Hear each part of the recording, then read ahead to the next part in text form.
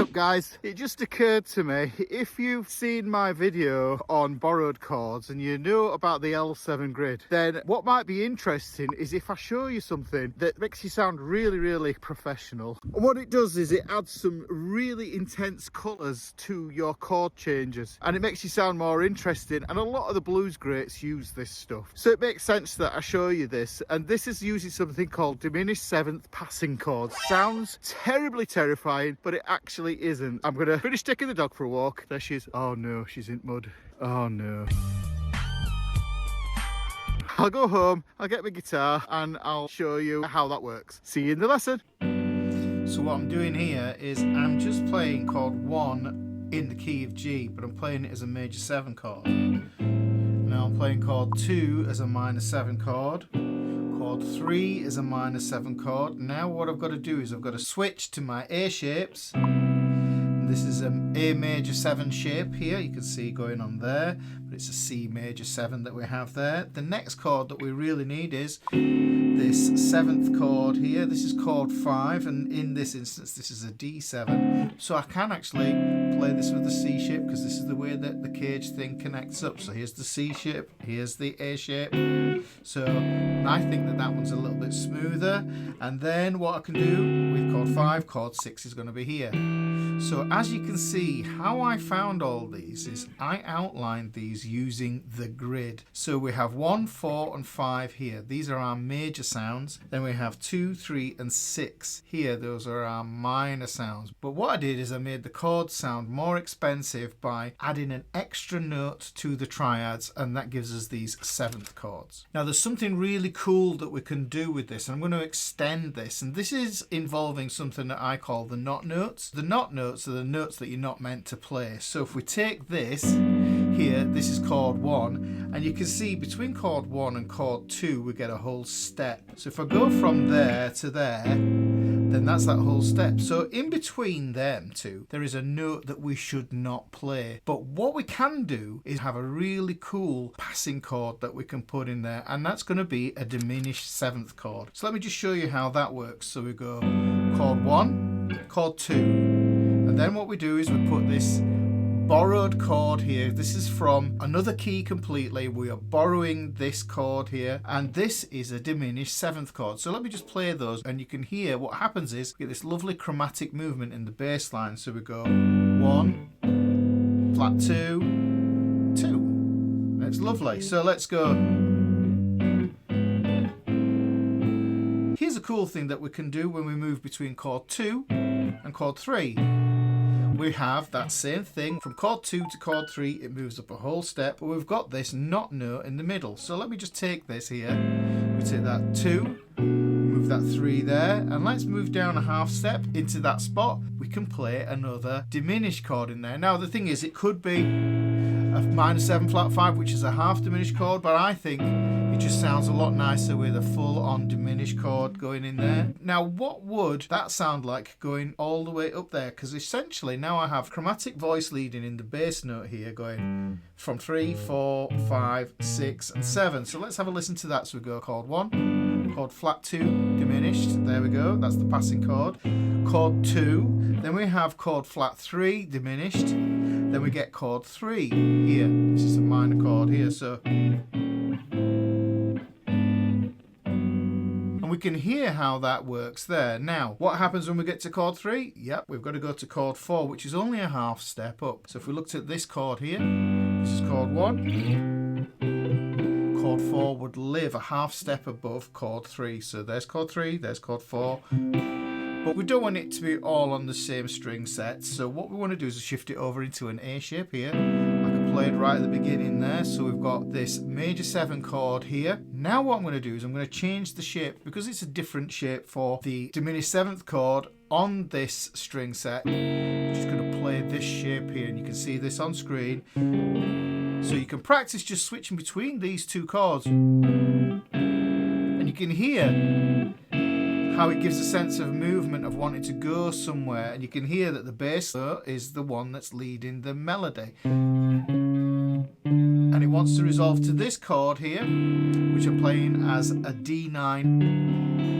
You can play this as a D7 if you want. You could play it as a D7 sharp 9, a D7 flat 9. It's completely up to you. But be mindful that those altered dominants will clash. So we take this here. It's just simpler to play it as a regular 9th chord for now. So we take that 9th chord, and then if we think about it, well, if this is chord 5, this is the root note for chord 5 here. If we move up a whole step, we get the root note for chord 6, which is going to be another minor. Now we could play it like this. Here's the A minor shape that it comes from. But if I take my pinky off, I get the A minor 7 shape revealing itself there. And this is actually an E minor 7 using an A minor 7 shape. But what I'm going to do is I'm going to skinny this down even more. If you are enjoying my lessons here on YouTube, you might consider supporting my work on the channel and purchasing my ultimate guitar lesson book, which has got 80 lessons that are here on my YouTube channel. Let's get back to the video. I'm going to put the root, flat 7, and the flat 3rd there.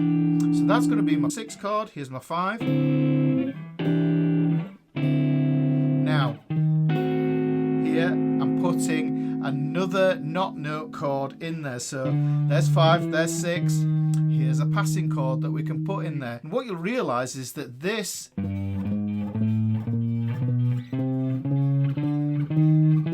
becomes the realms of possibility that we have for playing any passing chords, and these passing chords that I'm using are these diminished sevenths. So let me just play that up on the A-shaped chords here, A and C-shaped chords if you want to think in caged. There's an A shape.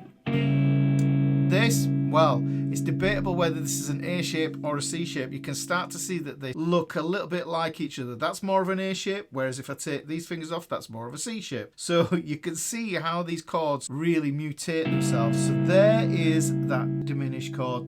I'm going to play the C shape here. I'm going to play this other diminished chord here.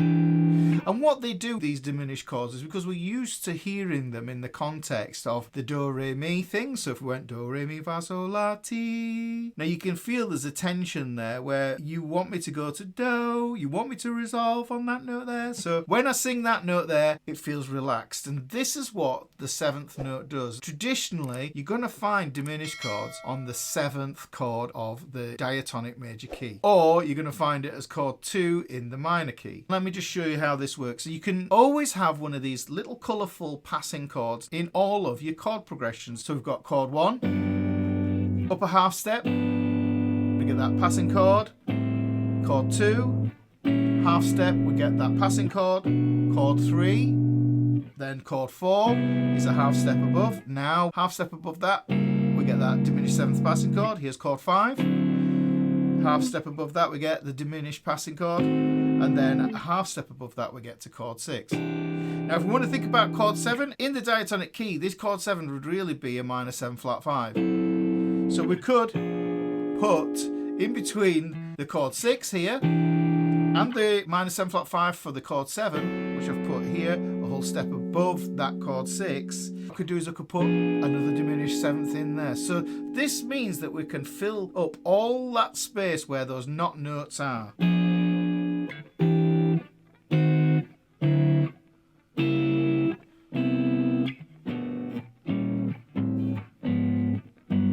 On a minor 7 flat 5 here at the end, here's chord 7, here's chord 1. So I could play this one here, or this one here. And that kind of frames this L7 grid. So I'm always using that as my reference. There, I'm just using that to help me. Now, how can I use this in practice? If we take a chord progression like a 6-2-5-1. Now, it's important to understand that the 6-2-5-1 is a really common chord progression. It's Ave Maria, it's Island in the Sun by Weezer. But the thing to know about this really is that it has something called a 2-5-1. Now, if you've done any jazz or you looked at anything jazzy, then you will understand that the 2-5-1 and 2 5s are really important because what they are doing is they're going round in a cycle. And we can think of 2-5-1s when we are putting phrases together if we want to move into other keys and we want to modulate. The cool thing with this 6-2-5-1 is that I can use these diminished 7th chords as passing chords to approach those chords, or as I'm approaching a chord, it's just generally a nice tension point so that when you hit the chord it resolves lovely. So let's try this. So we're going from the 6, I'm going to go to the 2. which is here, but I'm going to go down to it from a half step above. So let me put that together. So there's the 6-2. I've got a 5 here. There's the 5. I could go from above with that one as well. There. So let me put that together for you.